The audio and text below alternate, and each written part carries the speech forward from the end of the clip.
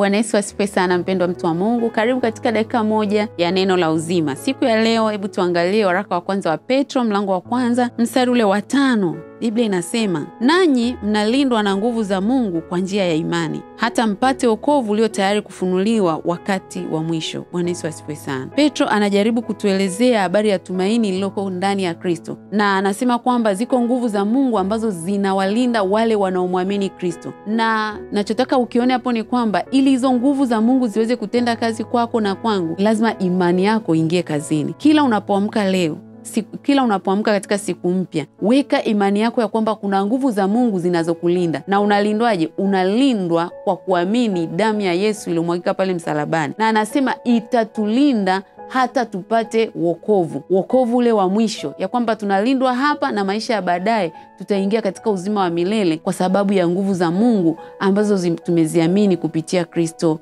Yesu. Mungu aikuze imani yako na uwe na wakati mwema. Amen.